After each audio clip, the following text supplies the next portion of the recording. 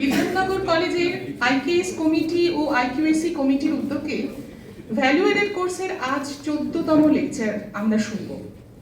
আমাদের এই কোর্সের শিরোনাম রিডিসকভারিং এনশিয়েন্ট ইন্ডিয়ান উইজডম। আজ আমাদের স্পিকার আমাদের এই কলেজেরই ডক্টর শ্যামলী ভদ্র ম্যাডাম। এর আগে নানা কলেজ ও ইউনিভার্সিটির নানা গুণী মানুষের বক্তব্য আমরা শুনেছি ও ধন্য হয়েছি।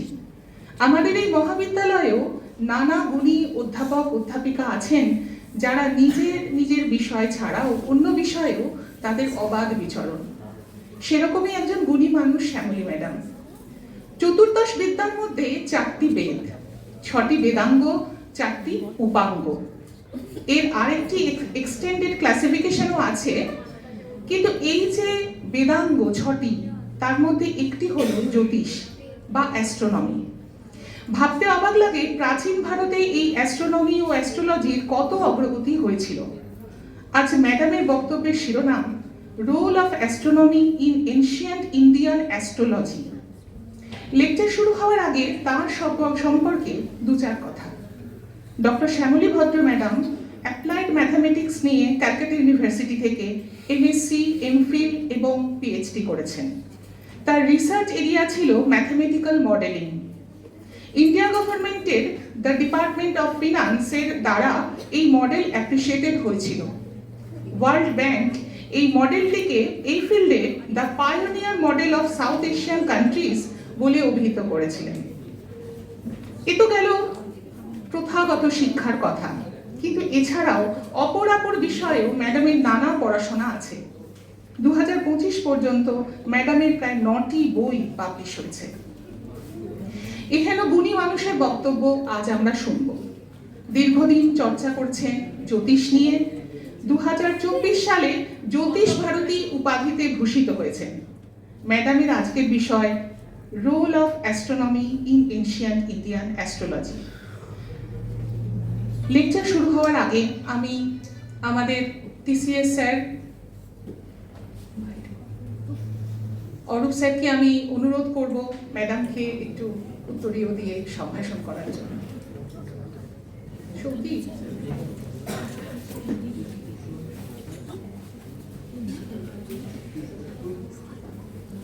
আচ্ছা দিদি, আপনি একটা দিন স্যার, আমি স্যারকে ডেকে নিচ্ছি।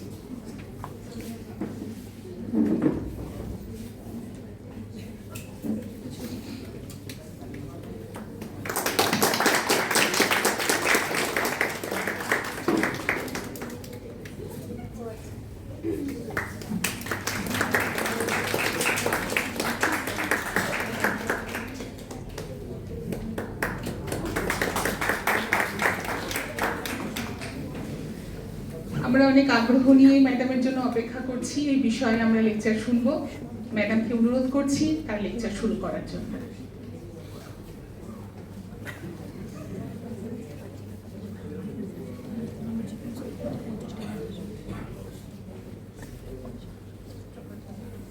আচ্ছা, ওই মাইক্রোফোনটা পাওয়া যাবে? আমি হাতে নিয়ে যেতে পারবো।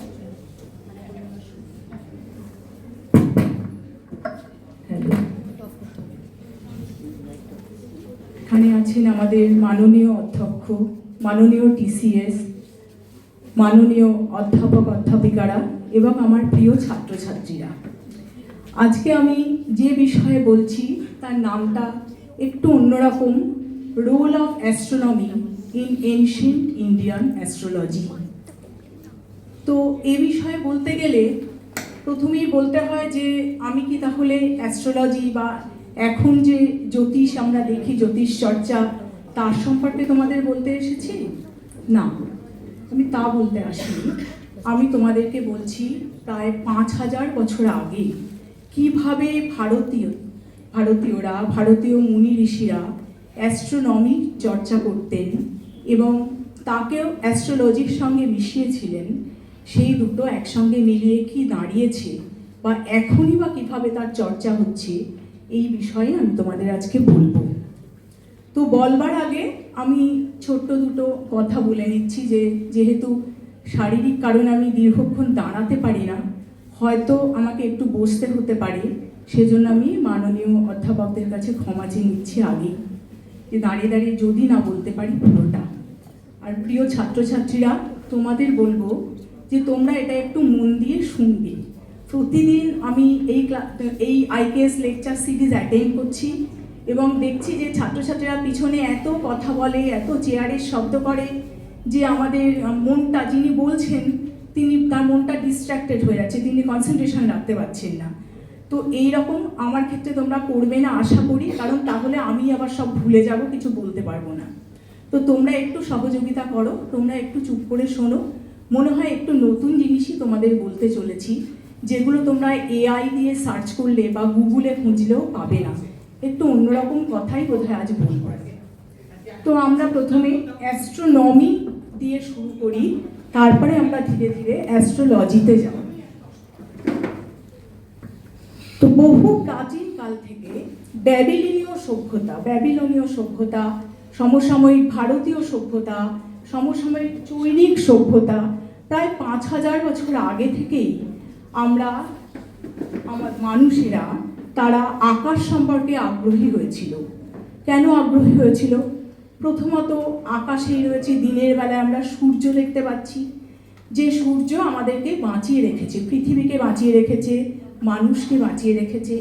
এছাড়া আমরা রাতের আকাশে উজ্জ্বল কতগুলো জ্যোতিষ্ক আমরা দেখতে পাচ্ছি, যাদের সম্পর্কে আমরা যদি কিছু নাও জানি তারা কিন্তু আমাদের আকর্ষণ করে। ছোট শিশু, সেও কিন্তু চাঁদ দেখলে খুশি হয়ে ওঠে।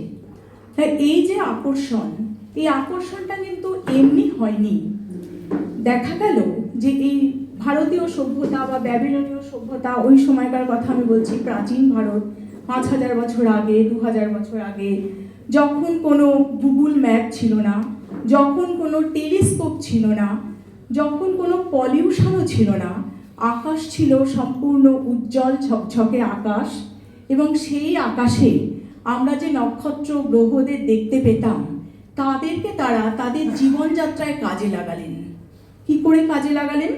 কারণ তখন ছিল পৃথিবী কৃষি নির্ভর পৃথিবীতে তারা ওই আকাশের তারা দেখে, তারা কিন্তু গ্রহ দেখে আর কিংবা সূর্য বা মেঘ ইত্যাদি দেখে তারা বুঝতে পারতেন আবহাওয়ার কীরকম পরিবর্তন হতে চলেছে বা জলবায়ু কীরকম হবে, আরও ভবিষ্যতে কীরকম হবে, সেটা কিন্তু তারা পর্যবেক্ষণের ফলে তারা বুঝতে পারতেন। আর এছাড়া তারা যেতেন, তখন তো অন্যান্য কিছু গাড়ি ঘোড়া তেমন ছিল না, শুধু ছিল নৌকা, বিভিন্ন ধরনের নৌকা, জাহাজ, যা তারা তৈরি করতে পেরেছিলেন, সেই সব নিয়ে তারা যেতেন সমুদ্র যাত্রায়। আর এই সমুদ্র যাত্রায় যেতে গেলে তাদের দিক নির্ণয় করতে হতো। সেই দিক নির্ণয়টা তারা কিন্তু আকাশের তারা দেখেই করতেন, আকাশের তারার পজিশনগুলো দেখে করতেন। কি করে করতেন সেটাই আমি আস্তে আস্তে যাচ্ছি। তাদের কাছে মনে হতো আকাশটা যেন ঘুরছে। কেন এরকম মনে হতো? সত্যি কি আকাশ ঘুরছে? না, তা নয়। কারণ পৃথিবী সে নিজেই ঘুরছে। তোমরা জানো পৃথিবীর দুরকম মোশন আছে, ডায়ার্নাল মোশন বা আহ্নিক গতি, আর অ্যানুয়াল মোশন বা বার্ষিক গতি। ডায়ার্নাল মোশনে তার কি হচ্ছে? ডায়ার্নাল মোশনে পৃথিবী নিজের অক্ষের চারিদিকে পাক খাচ্ছে একবার করে, যার ফলে দিন আর রাত হচ্ছে। আর অ্যানুয়াল মোশনে কি হচ্ছে? পৃথিবী সূর্যের চারদিকে একবার করে পাক খেয়ে আসছে 365 ডে, আর তার সঙ্গে 0.25 আছে, অ্যাপ্রক্সিমেটলি 365 ডেজে তারা পৃথিবী একবার করে পাক খেয়ে আসছে। তার ফলে কি হচ্ছে? আমাদের মাথার উপর যে আকাশটা, আমরা মনে করছি আকাশটাই ঘুরছে, আমরা নই। কারণ আমরা পৃথিবীর সঙ্গেই রয়েছি, আমরা যে বাই করে ঘুরছি এটা কিন্তু আমরা অনুভব করতে পারছি না, আমরা মনে করছি আকাশটাই ঘুরছে।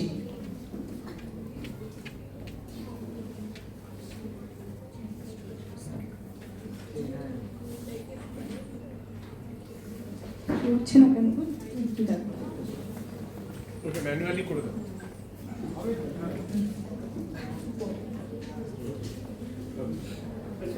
ঠিক আছে। এই যে আকাশটা ঘুরছে কিরকম ভাবে? যেহেতু পৃথিবী ওয়েস্ট থেকে ইস্টে ঘুরছে, তাই আমাদের মনে হচ্ছে আকাশটা বা সূর্য বা অন্যান্য নক্ষত্র গ্রহ তারা সকলে ইস্ট থেকে ওয়েস্টে যাচ্ছে। ঠিক যেরকম যখন তোমরা কোনো ট্রেনে যাও বা বাসে গেলেও বোঝা যায় আমি যত এগিয়ে যাচ্ছি পিছন দিকে যেন জিনিসগুলো সরে সরে যাচ্ছে, মনে হয় আমি স্থির, ওরা সবাই দৌড়চ্ছে। এই রিলেটিভ ভেলোসিটির কারণে মনে হচ্ছে আকাশটা পূর্ব থেকে পশ্চিম দিকে যাচ্ছে, স্লো হয়ে গেছে। তুমি সামনে থাকো আর ওনাকে একটু ইয়ে করো, এই দিকটা বসলে হয়।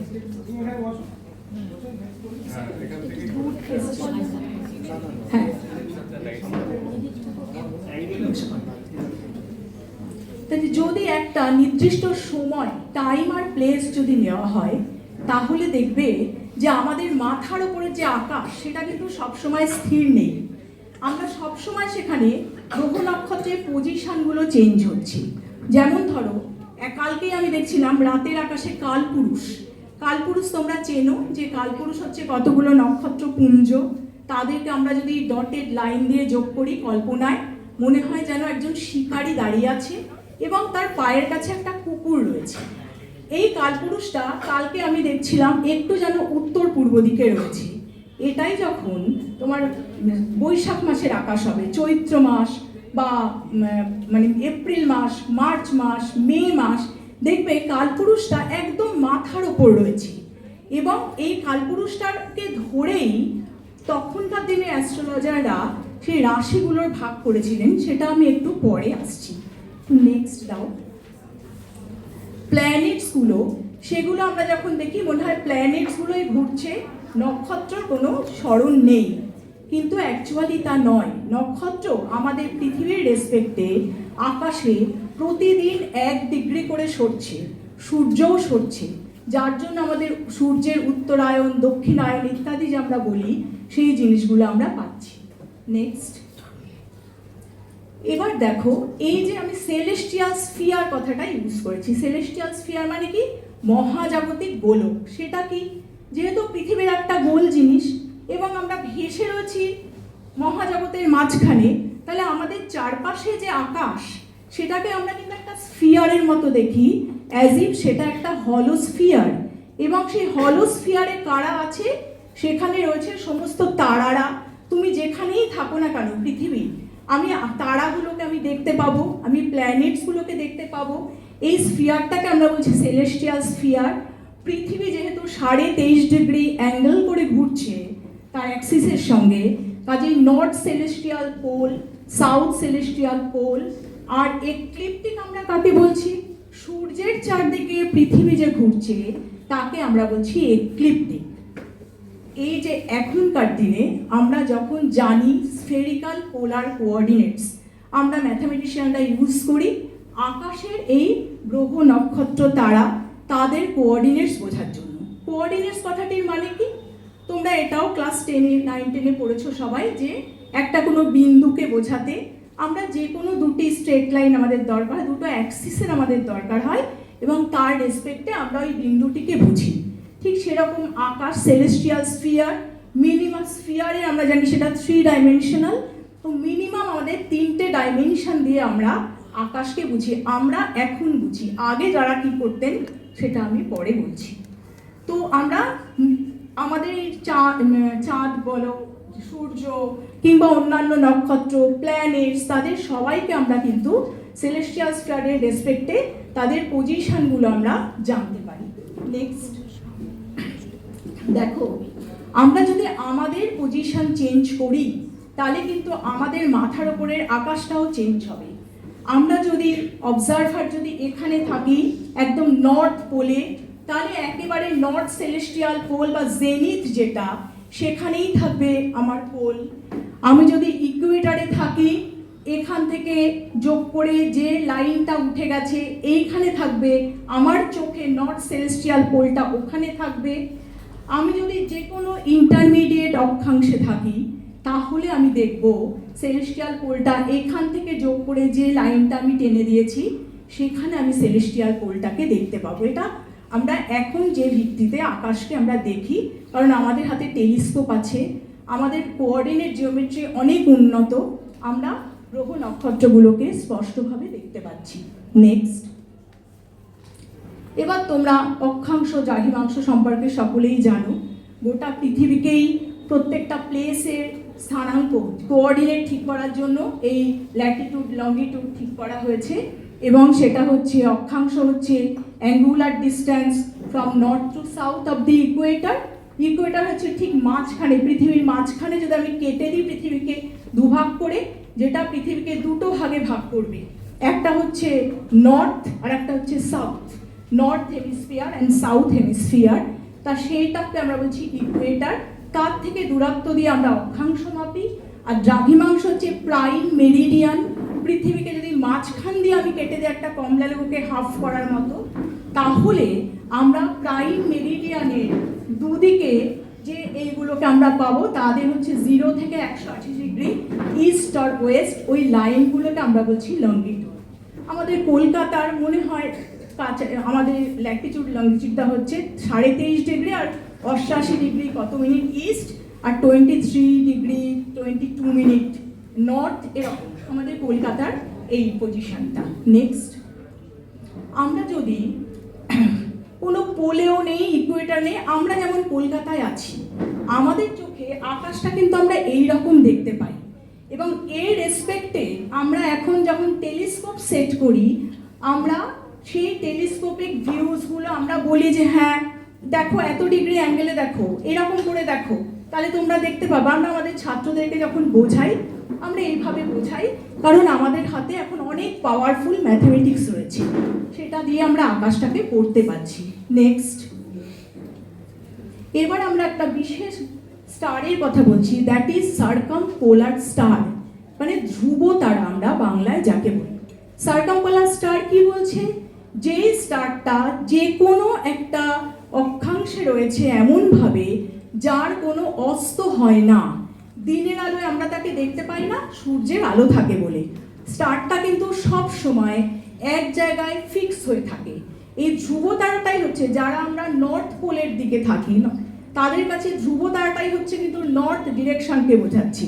তুমি যদি একটা ছোট্ট কম্পাস নাও, দেখবে কম্পাসটা ধ্রুব তারাকে বোঝাচ্ছে। কম্পাস যেদিকে তোমার বোঝাচ্ছে নর্থ ডিরেকশন, সেটাকে তুমি ডটেড লাইন দিয়ে আকাশের কাছে পৌঁছো, যেখানে আকাশকে মিট করবে এই ডটেড লাইন, ওই কাল্পনিক রেখা, সেখানে কিন্তু ধ্রুব তারা থাকবে।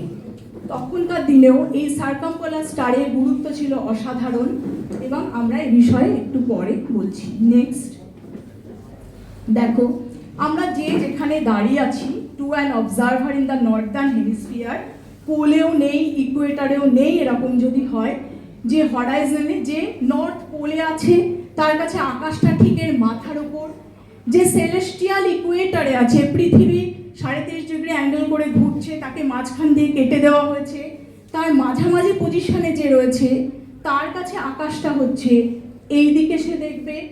যে রয়েছে ইকুয়েটারের একেবারে মাঝখানে, পৃথিবী যখন এরকমভাবে আছে তখন সে আকাশটাকে এইরকমভাবে দেখবে। এরকমভাবে এখন আমরা আকাশকে বুঝি। নেক্সট, দেখো এবার আকাশে তাকিয়ে তোমরা দেখবে নক্ষত্রপুঞ্জ বা কনস্টেলেশন আমরা কাকে বলি। এই কনস্টেলেশনের আইডিয়ায় আগেকার মানুষরা কিভাবে গিয়েছিলেন সেটাতে আমি যাচ্ছি। নক্ষত্রপুঞ্জ আমরা কি করে বলছি?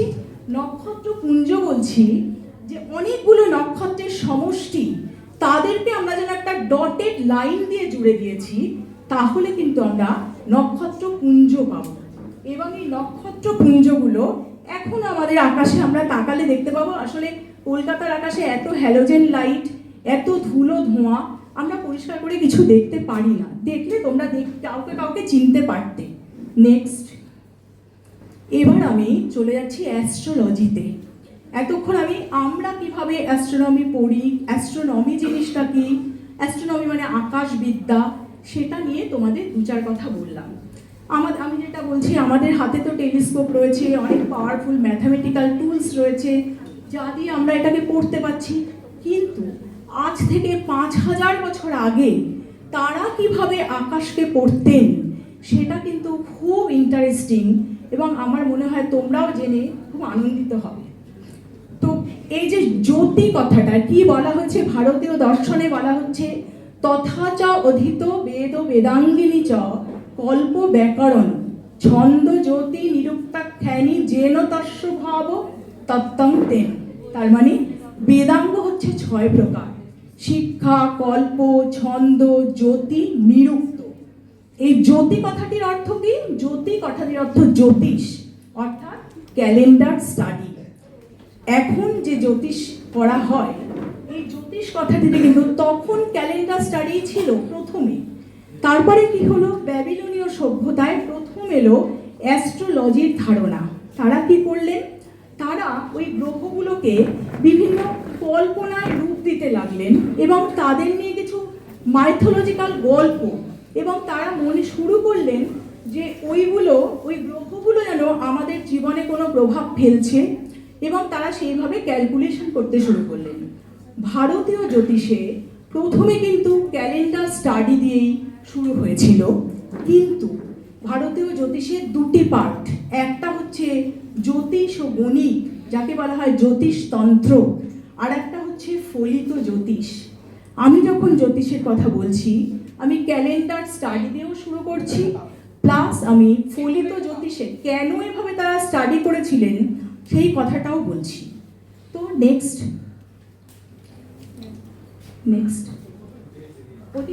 Thank you.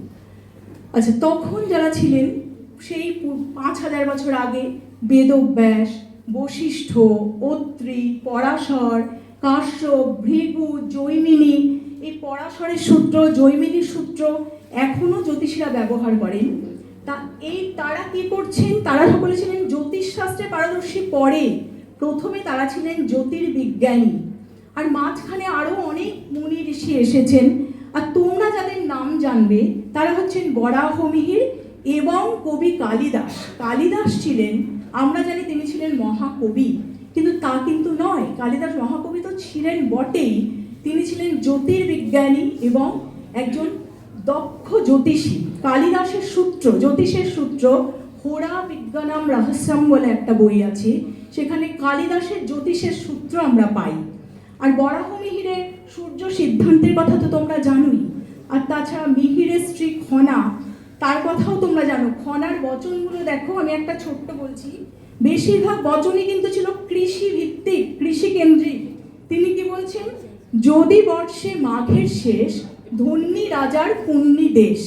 তার মানে কি, মাঘ মাসের শেষে বৃষ্টি হলে ফসল ভালো হবে, সেটা তো স্বাভাবিক, কারণ রবি শস্য উঠে গেছে, নতুন করে এখন চাষ হবে, তার আগে যদি মাটিতে বৃষ্টি পড়ে ফসল ভালো হবে।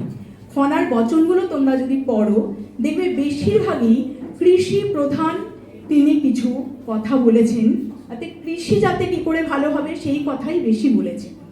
তার নেক্সট, এবার আমি যাচ্ছি যে সেই 5000 বছর আগে, যখন কোনো টেলিস্কোপ নেই, যখন কিচ্ছু নেই, শুধু সেলেস্টিয়াল স্ফিয়ারটা রয়েছে, তারা কিভাবে ব্যাখ্যা করেছিলেন এবং তারা কিভাবে সেলেস্টিয়াল স্ফিয়ারকে পড়েছিলেন, আকাশবিদ্যা কিভাবে চর্চা করেছিলেন, ভাবলে অবাক হতে হয়। তারা খালি চোখে করছেন, হ্যাঁ, তাদের সামনে একটা পরিষ্কার আকাশ আছে, কোনো অবস্ট্রাকশন নেই।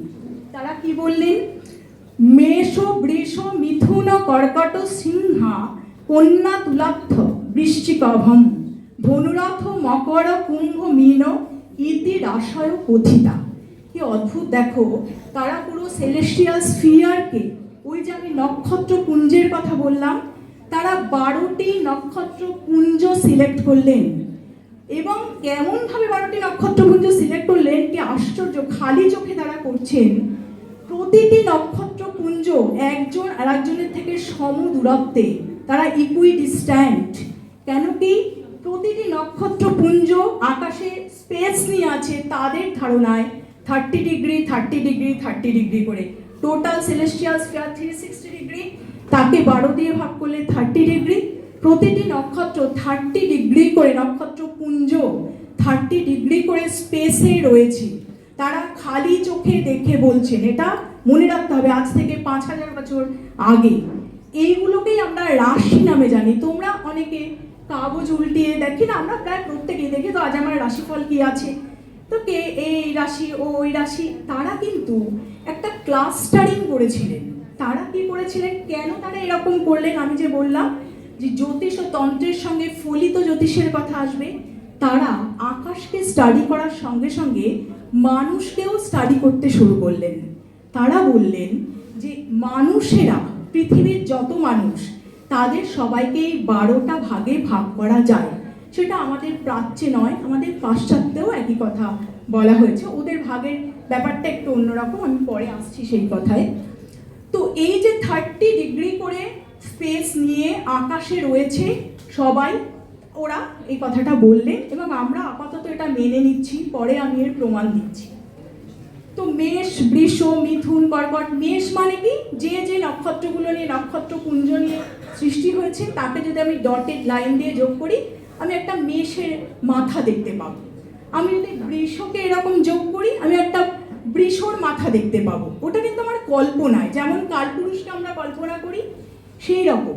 এবং কোথা থেকে তারা একটা সিলেকশনটা করলেন, যে কালপুরুষ তোমরা চৈত্র বৈশাখ মাসে দেখবে ঠিক তোমার মাথার ওপর কালপুরুষের মাথায় হচ্ছে মেষ রাশি। খেয়াল করে দেখতে পাবে যদি আকাশ পরিষ্কার থাকে। আর এবার আমি অ্যান্টি ক্লকওয়াইজ ডাইরেকশনে ঘুরতে শুরু করলেন। মেষের পরে বৃষ, বৃষের পরে 30 ডিগ্রিতে রয়েছে মিথুন, মিথুনের পরে কর্কট, কর্কটের পরে সিংহ, দেন কন্যা, দেন তুলা, দেন বৃশ্চিক, তারপরে ধনু, তারপরে মকর, কুম্ভ, মীন। তাহলে মীন রাশিটা হচ্ছে মেষের ডান দিকে, আর বৃষ রাশিটা হচ্ছে মেষের বাঁ দিকে।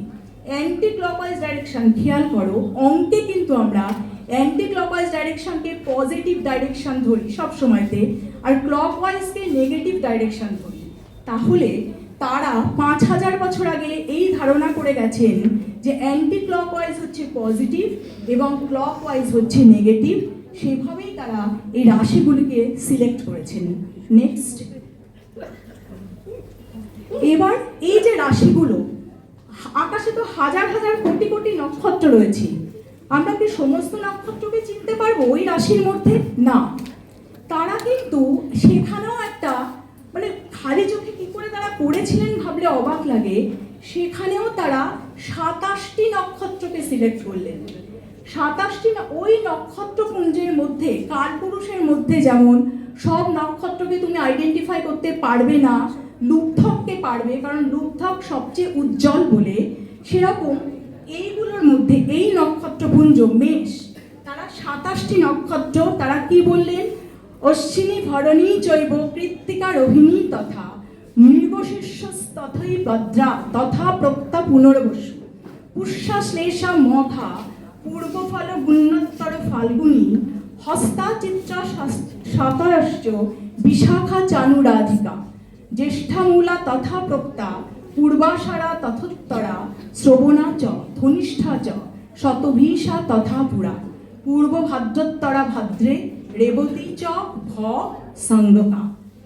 নেক্সট, তারা কি করলেন, 27টি নক্ষত্র সিলেক্ট করলেন।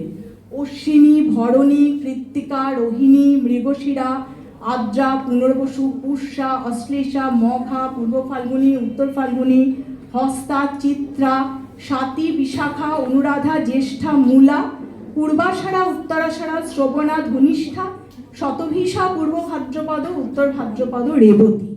এবং এই প্রতিটি নক্ষত্র পৃথিবীর রেসপেক্টে প্রতিদিন 1 ডিগ্রি করে তাদের স্মরণ হচ্ছে, যেমন আমাদের সূর্যের হচ্ছে। এবং এই নক্ষত্রগুলিকে দেখো শুধু খালি চোখে তারা কিভাবে ডিগ্রি ভাগ করছেন। নেক্সট, নক্ষত্রগুলি প্রথমত বলি, নক্ষত্রগুলিতে আবার একটি মজা, তারা অদ্ভুতভাবে এখানে সংখ্যা তত্ত্ব ইউজ করেছেন না। আমরা এখন জানি, তখনও তারা জানতেন। তারা কি বলছেন দেখো, আমি যেমন করে সাজিয়েছি, এবার তুমি দেখো 1, 10, 19, 1 আর 0 যোগ করলে 1, 19 হচ্ছে 9 আর 1 10, 1 আর 0 যোগ করলে 1, তার মানে 1, 10 আর 19 এই নক্ষত্রের নেচার হচ্ছে 1। পরেরটা দেখো 2, 11, 20, 2, 11, 1 যোগ 1 2, 2 যোগ 0 2, এত সুন্দরভাবে তারা ভাগ করেছেন। লাস্টটা দেখো 9, 18, 27, সবাই 9, এদের সবার নিউমেরিক্যাল ভ্যালু হচ্ছে 9। তারা সংখ্যাতত্ত্ব ইউজ করলেন এমনভাবে। কেন এটা তারা করলেন? কারণ আমি যে বারবার বলছি ফলিত জ্যোতিষের, আমি আবার আসতে হবে আমাকে, তারা তো মানুষকে দেখছেন। তারা বলছেন এই রাশির এই মানুষটি এই রকম হবে, যে রাশিতে যে নক্ষত্র প্রধান ওই মানুষটি যখন জন্মেছিল সেই নক্ষত্রের উপর নির্ভর করছে ওই মানুষটির নেচার কি হবে। তার মানে এই 1, 10, 19 যাদের নক্ষত্র, আমি হয়তো জানি না যে আমার নক্ষত্র 1, তোমাদের কারো নক্ষত্র 10। আমরা বলি না যে আমাদের ওয়েভ লেংথে মেলে, ওর সঙ্গে আমার ওয়েভ লেংথে মেলে। সকলের সঙ্গে সকলের বন্ধুত্ব কিন্তু হয় না, ওর সঙ্গে আমার ওয়েভ লেংথে মেলে। এই ওয়েভ লেংথে মেলার ব্যাপারটা হয়তো তারা প্রেডিক্ট করতে চেয়েছিলেন এইভাবে তারা বলেছিলেন যে 27টি নক্ষত্র দিয়ে আমরা মানুষকে আইডেন্টিফাই করতে পারবো, তারা প্রত্যেকে আলাদা আলাদা নেচারের বলে।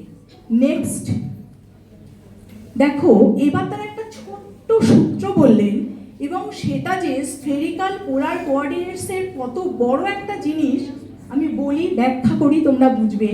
তারা বললেন সাপাদ দুয় নক্ষত্রই রশ্মিন্নাদি ভীরে বচ রাসায় প্রতিথাচ্ছেতে মেষাদি দ্বাদশ ক্রমাৎ। কি অদ্ভুতভাবে ছোট্ট সূত্রে তারা বলছেন প্রত্যেক রাশি 4টি কোয়াড্র্যান্ট, পাদ মানে কোয়াড্র্যান্ট আমাদের ভাষায়, কোয়াড্র্যান্টে বিভক্ত। মেষ ইত্যাদি দ্বাদশ রাশি, প্রত্যেক রাশি 2.25 নক্ষত্রে, অর্থাৎ 9টি কোয়াড্র্যান্ট থাকবে। কি সুন্দরভাবে দেখো ব্যাখ্যা করেছেন এই ছোট্ট শ্লোকটার মধ্যে। কেন? নক্ষত্র টোটাল কটা? 27টা নক্ষত্র। আমাদের সেলেস্টিয়াল স্ফিয়ার কত বড়? 360 ডিগ্রি।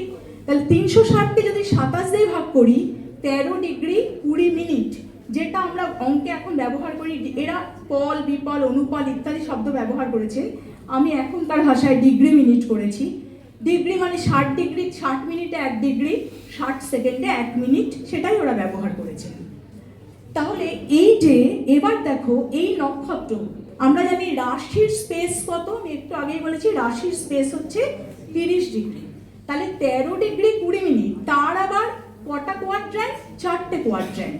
তাহলে প্রত্যেক কোয়াড্র্যান্ট কত করে? 3 ডিগ্রি 20 মিনিট করে। তাহলে নেক্সট দেখো, এবার আমি বলছি অশ্বিনী, ভরণী, কৃত্তিকা, মেষ রাশির উজ্জ্বল নক্ষত্র 3টে। আমরা যদি আকাশে তাকাই, অশ্বিনীটা 13 ডিগ্রি 20 মিনিট পুরোপুরি মেষের মধ্যেই রয়েছে। ভরণী 13 ডিগ্রি 20 মিনিট পুরোপুরি মেষের মধ্যে রয়েছে। কৃত্তিকা সে কিন্তু স্পেস পায়নি। কেন পায়নি? কারণ মেষের তো স্পেস 30 ডিগ্রি, 30 ডিগ্রি থেকে তাকে বেরিয়ে যেতে হবে। তাহলে ওই 30 ডিগ্রি কে ফিল আপ করবে? এখানে তো আমি 26 ডিগ্রি 40 মিনিট পেয়েছি। তাহলে কৃত্তিকার একটা পা, একটা কোয়াড্র্যান্ট থাকছে মেষে। তাহলে মেষে কটা কোয়াড্র্যান্ট টোটাল? অশ্বিনীর 4, ভরণীর 4, কৃত্তিকার 1। তার মানে মোট 9টা কোয়াড্র্যান্ট দিয়ে একটা কিন্তু রাশি তৈরি, রাশি পুঞ্জ, রাশি নক্ষত্র পুঞ্জ তারা তৈরি করেছেন। নেক্সট দেখো কি সুন্দরভাবে করা রয়েছে তাদের, এটা দেখো অসাধারণ সুন্দর। তারা বলছেন 13 ডিগ্রি 20 মিনিট অশ্বিনী, ভরণী, কৃত্তিকা। কৃত্তিকার বাকি 10 ডিগ্রি তো পড়ে রয়েছে, সেটা চলে গেছে বৃষতে। রোহিণী তার পুরো স্পেস পেয়েছে 13 ডিগ্রি 20 মিনিট, মৃগশিরা পায়নি। মৃগশিরা 6 ডিগ্রি 40 মিনিট, সেটা বৃষতে। বাকি 6 ডিগ্রি 40 মিনিট রয়েছে মিথুনে। আদ্রা 13 ডিগ্রি 20 মিনিট পুরোটাই মিথুনে। পুনর্বসুর 10 ডিগ্রি মিথুনে। বোঝা গেল? তাহলে এইরকম ভাবে দেখো প্রতিটা রাশিতে মেষ, বৃষ, মিথুন, কর্কট, সিংহ, কন্যা, তুলা, বৃশ্চিক, ধনু, মকর, কুম্ভ, মীন, প্রতিটা রাশিতে কিন্তু আমরা 9টি করে কোয়াড্র্যান্ট পেয়েছি বিভিন্ন নক্ষত্রে। 9টি কোয়াড্র্যান্ট, 3টি করে নক্ষত্র থাকবেই এবং তাদের 9টি করে কোয়াড্র্যান্ট। এবং আবারও আমি কল্পনা করতে বলছি যে মনে করো তখন টেলিস্কোপ নেই, তারা খালি চোখে শুধু নিজেদের জটিল অঙ্কের সাহায্যে তারা এগুলো করছেন স্ফেরিক্যাল পোলার কোঅর্ডিনেট ইউজ করে। আমরা তার মানে তখন এটা ব্যবহার করা হতো। এবার দেখো আরো একটা কথা বলি, ফলিত জ্যোতিষে মৃগশিরা এখানে রয়েছে 6 ডিগ্রি 40 মিনিট বৃষতে, আর মিথুনের মৃগশিরা রয়েছে 6°40'। তারা বলেছেন, সেরকম সূত্র আছে, আমি ওই ফলিত জ্যোতিষে আজকে যাচ্ছি না। তারা বলছেন যে বৃষের যে জাতক তার মৃগশিরা নক্ষত্রের কাজ আর মিথুনের যে জাতক তার মৃগশিরা নক্ষত্রের কাজ কিন্তু এক নয়। বৃষের মৃগশিরা মিথুনের মৃগশিরার থেকে অনেক বেশি স্ট্রং। বৃষে যে মৃগশিরা নক্ষত্র সেটা অনেক স্ট্রং মিথুনের থেকে। এইরকম অনেক ব্যাখ্যা পরাশর জৈমিনী সূত্র ধরে ধরে করেছেন এবং আমি দেখেছি সেটা পারমুটেশন কম্বিনেশন ইউজ করেছেন। তারপরে তারা ইউজ করছেন স্ফেরিক্যাল পোলার কোঅর্ডিনেটস, তার ট্রান্সলেশন রোটেশন সমস্ত কিছু ব্যবহার করেছেন তারা এই জ্যোতিষশাস্ত্রে। নেক্সট, এবার দেখো আমি বলছি এই যে রবি, কি অদ্ভুতভাবে তারা, রবি একটা নক্ষত্র যেটা আমাদের সবচেয়ে কাছে সবচেয়ে প্রিয়, যার জন্য আমরা বেঁচে আছি। রবিকে তারা দেখলেন কিভাবে, তারা বললেন রবি কিন্তু বৈশাখ মাসে থাকবে মেষ রাশিতে পুরো বৈশাখ মাস, জ্যৈষ্ঠ মাসে থাকবে বৃষ রাশিতে পুরো জ্যৈষ্ঠ মাস, আষাঢ় মাসে থাকবে মিথুন রাশিতে, শ্রাবণ মাসে থাকবে কর্কট রাশিতে, ভাদ্রে থাকবে সিংহতে থাকবে ভাদ্র মাসে, কন্যায় থাকবে আশ্বিন মাসে, তুলায় থাকবে কার্তিক মাসে, বৃশ্চিকে থাকবে অঘ্রাণ মাসে, ধনুতে থাকবে পৌষ মাসে, মকরে মাঘ মাসে, কুম্ভয় ফাল্গুন মাসে, মীন চৈত্র মাসে। কেন তারা রবিকে এত গুরুত্ব দিলেন? প্রথমত রবি হচ্ছে আমাদের, বললাম যে রবি আমাদের বাঁচিয়ে রেখেছে, রবি মানে সূর্য, সে আমাদের বাঁচিয়ে রেখেছে পৃথিবীতে প্রাণ। জ্যোতিষশাস্ত্রে রবি মানে বাবাকে ধরা হয় রবি, আর চন্দ্রকে মায়ের সঙ্গে তুলনা করা হয়। মানে এই রবি আর চন্দ্র আমাদের কাছে এতটাই গুরুত্বপূর্ণ। তাহলে কোনো জাতকের যে জন্মালো, দেখবে তোমরা অনেকেই হয়তো গুগল সার্চ করলো যে কোনো একজন জাতকের একটা জন্ম পত্রিকা পেলে, জন্ম ছক পেলে, আমি কিছু জানি না, সে আমি শুধু একটা জন্ম ছক দেখলাম, তাহলে তার রবির পজিশন দেখে বলে দেওয়া যাবে যে সে কোন মাসে জন্মেছে। এটা কিন্তু যে কেউ বলতে পারবে। রবির পজিশন যদি আমি দেখি মেষে রয়েছে, আমি না জেনে বলবো তোমার কি বৈশাখ মাসে জন্ম, হতে পারে এপ্রিল মে ইত্যাদি। এই যে রবির পজিশন দেখে, এবার আমি একটা কথা বলি, পাশ্চাত্যে এই রবির পজিশন দেখে কিন্তু মানুষের রাশি ঠিক করা হয়। তোমরা দেখবে তো বিভিন্ন পত্রপত্রিকায় তো রাশিফল বেরোয়, কোনো কোনো পত্রিকায় দেখবে এক মাস ধরে একটা রাশির ফল দিচ্ছে। কুম্ভ রাশি যারা এত থেকে এত পর্যন্ত জন্মেছে, এক মাসের একটা স্প্যান থাকে। পাশ্চাত্য দেশে রবিকে বলা হয় রাশির প্রধান, রাশিকে যে নিয়ন্ত্রণ করছে। কিন্তু আমাদের ভারতীয় জ্যোতিষে মোর ম্যাথামেটিক্যাল ছিলেন তারা, তারা কিন্তু রবিকে গুরুত্ব দিয়েছেন, কিন্তু বলেননি মানুষের রাশি রবি দিয়ে ঠিক হবে। এটা রবির একটা ব্যবহার আমি বলছি, যেটা তোমরা সকলেই জানবে বা জানলে মজা পাবে। দেখো আমরা তো ক্যালেন্ডার স্টাডি করছি, চন্দ্রের তিথি অনুসারে আমাদের পুজোগুলো হয়। এবছর দুর্গা পুজো পড়েছে সেপ্টেম্বরে, আগামী বছর অক্টোবরে, কোনো বছর আবার সেপ্টেম্বরে, এরকম করে তো হচ্ছে। চন্দ্রের তিথি অনুযায়ী আমাদের পুজো ইত্যাদি আমরা ঠিক করি, পুজো পার্বণ কি হবে না হবে তাই। কিন্তু একটা সবাই একটু খেয়াল করে দেখো, বিশ্বকর্মা পুজো কিন্তু প্রতি বছর পরে 31শে ভাদ্র। বিশ্বকর্মা পুজোর কোনো নড়চড় নেই, হয় 17 সেপ্টেম্বর, কোনো কোনো বছর 18ই সেপ্টেম্বর, 31শে ভাদ্র পড়লে 31শে ভাদ্র। একমাত্র বিশ্বকর্মা পুজো হচ্ছে রবির তিথি মেনে করা হয়। বিশ্বকর্মা পুজোর পঞ্জিকায় দেখবে ওটা রবির তিথি মেনে, ওটা কিন্তু চন্দ্রের তিথি মেনে বিশ্বকর্মা পুজোটা করা হয় না। এখানে আমরা রবির ব্যবহার এইটুকুই দেখি তিথিতে, আর কোথাও দেখিনি। নেক্সট, আমাদের এখানে পাশ্চাত্যে মানুষের রাশি যখন ঠিক করে চন্দ্র রাশি বলা হয়, চন্দ্র রাশি আমরা ঠিক করি। কেন চন্দ্র রাশি? দেখো চন্দ্র তো অনেক স্পিডি, খুব তাড়াতাড়ি যায়। রবি যেখানে পুরো 360 ডিগ্রি ঘুরতে 1 বছর নিচ্ছি, সেখানে চন্দ্র কিন্তু মাত্র 28 দিনে পুরো আকাশ একবার ঘুরে আসছে। তাহলে 28 দিনে যদি 360 ডিগ্রি ঘোরে, প্রতিটা রাশির স্পেস হচ্ছে আমার 30 ডিগ্রি করে। তার মানে প্রতিটা রাশিতে চন্দ্র থাকে 2.25 ডেজ। তার মানে আজকে চন্দ্র যে রাশিতে রয়েছে, আজকে যে বাচ্চা জন্মালো তার রাশি কিন্তু হলো, ধরো আজকে আছে মকর রাশিতে, মাঘ মাস, ধরলাম মকর রাশিতে রয়েছে সে, তাহলে আজকে চন্দ্র মকর, আজকে সেই বাচ্চা হলো মকর রাশি, ঠিক 2.25 45 ডেজ পরেই কিন্তু তার রাশি পাল্টে যাচ্ছে। তার মানে পাশ্চাত্যরা পুরো 1 মাস ধরে যত জাতক তাদের সবার একরকম রাশি বলছে, আমাদের কিন্তু তা নয়। আমাদের কিন্তু 2.5 দিনও নয়, তার থেকেও কম সময়ে এটা আমরা পাচ্ছি যে চন্দ্রের পরিবর্তনের জন্য। আর কী করে আমরা চন্দ্র কোথায় আছে ঠিক করব? আমাদের লঙ্গিটিউড ল্যাটিটিউডগুলো যখন আমরা জানি, অক্ষাংশ দ্রাঘিমাংশ প্রত্যেকটা শহরেরই জানি, তার থেকে আমরা বুঝবো চাঁদ আজকে ওই শহরে কোন রাশিতে পাস করছি, সেটা আমরা জানতে পারবো। নেক্সট আমরা বলছি লগ্ন। এইগুলো নিয়ে কেন আলোচনা করছি? প্রথমত এগুলো ম্যাথামেটিক্সটা অনেক সহজ, তো সকলের জন্য, ছেলেমেয়েরা সবাই তো সায়েন্স ব্যাকগ্রাউন্ডের নয় সেজন্য। আর দ্বিতীয়ত হচ্ছে আমরা একটা মানুষকে বুঝতে জ্যোতিষশাস্ত্রে তার রাশি, লগ্ন এগুলোরই আমরা বিচার করি, এবং রবির পজিশন, এই 3টি কথাই আমি তাই বলছি। তাহলে লগ্ন কি বলছে? সূর্যের স্থিতিকালকে বলা হয় লগ্ন, সূর্যের স্থিতিকাল। তার মানে উদয়ের সময় সূর্য কোন লগ্নে ছিল। উদয়ের সময় এখন যেমন সূর্য মাঘ মাস, সূর্য কোথায় আছে? মকরে আছে, আমরা একটু আগেই দেখেছি। এবার ওই সূর্য উদয়ের সময় মকর রাশিতে থাকছে। কতক্ষণ থাকছে? উদয়ের সময় মকর রাশিতে থাকে, একটুখানি তোলো পরেরটা। মাঘ মাসে উদয়ের সময়, কলকাতা শহরের কথা আমি বলছি, অন্য শহরে অন্যরকম হবে, যে মকর রাশিতে থাকছে, সে প্রতিদিন সে 1 ডিগ্রি করে সরণ করছে।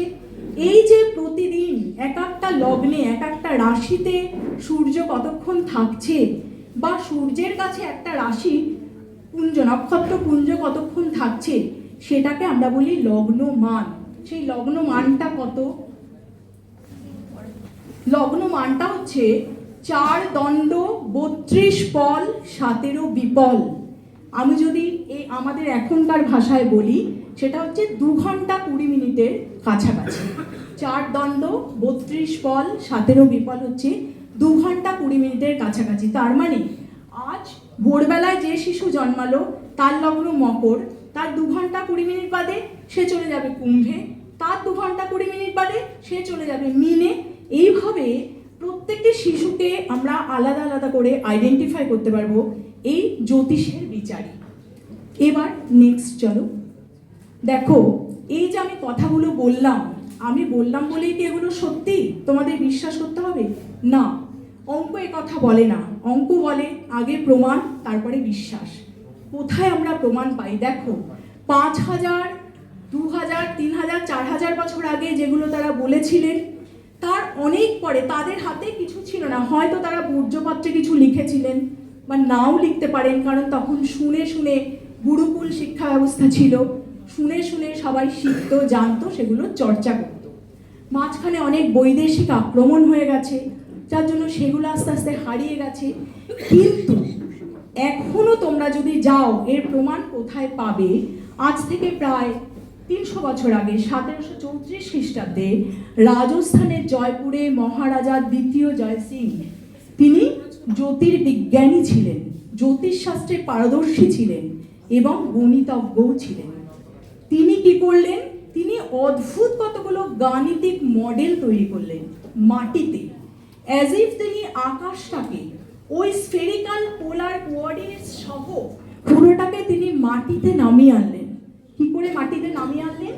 তিনি কতগুলো যন্ত্র তৈরি করলেন, সম্রাট যন্ত্র, রাম যন্ত্র, জয়প্রকাশ যন্ত্র, এশিয়ার বৃহত্তম সূর্যঘড়ি, আর আছে রাশিওয়ালা যন্ত্র। এটা আমার ভীষণ ইম্পর্ট্যান্ট লেগেছে। রাশিওয়ালা যন্ত্রকে কেন বলছি? রাশিওয়ালা যন্ত্রটায় 12টি ডায়াল রয়েছে, এবং প্রত্যেকটি ডায়াল এক একটি রাশিকে রিপ্রেজেন্ট করছে। একটু পরের ছবিটা যাও, দেখো।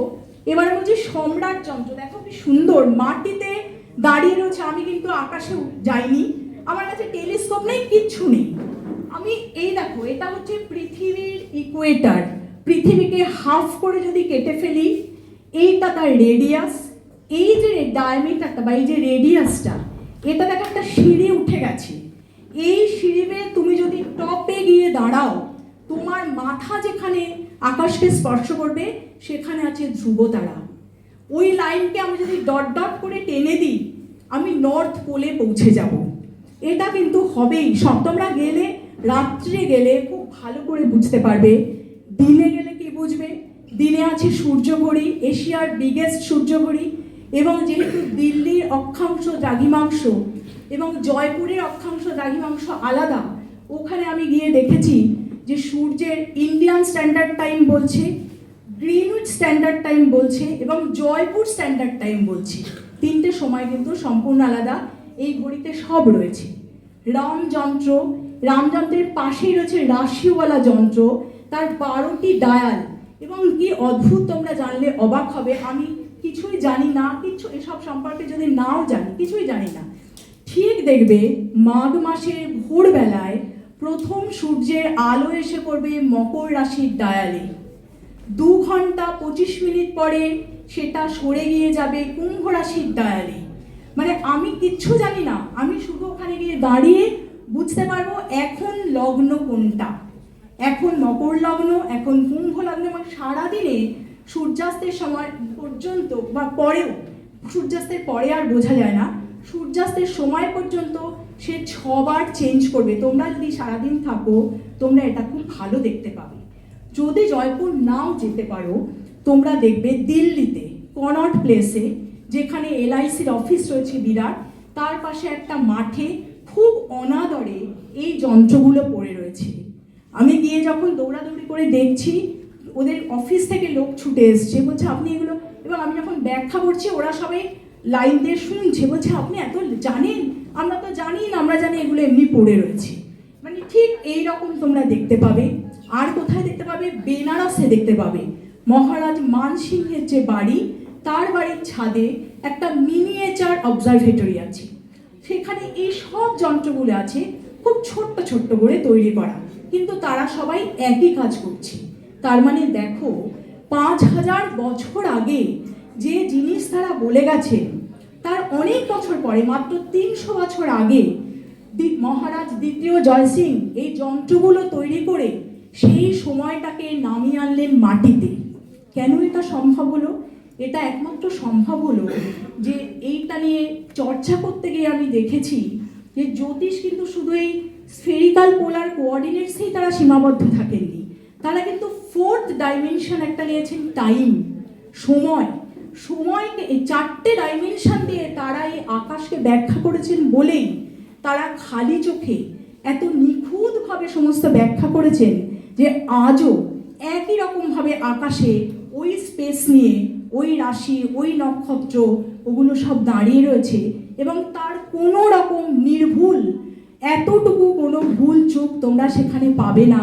কারণ এই গাণিতিক মডেলগুলো তা প্রমাণ করছে যে তারা ছিলেন 100% সত্যি। তার জন্য আমরা, তারা যেহেতু যন্ত্র নিয়ে কাজ করেছিলেন, বা তারা যেহেতু আকাশ নিয়ে কাজ করেছিলেন, এবং সময় যেহেতু তাদের একটা ডাইমেনশন ছিল, সেই ডাইমেনশনে তারা খুব সহজেই অতীত থেকে বর্তমান, বর্তমান থেকে ভবিষ্যতে গেছেন।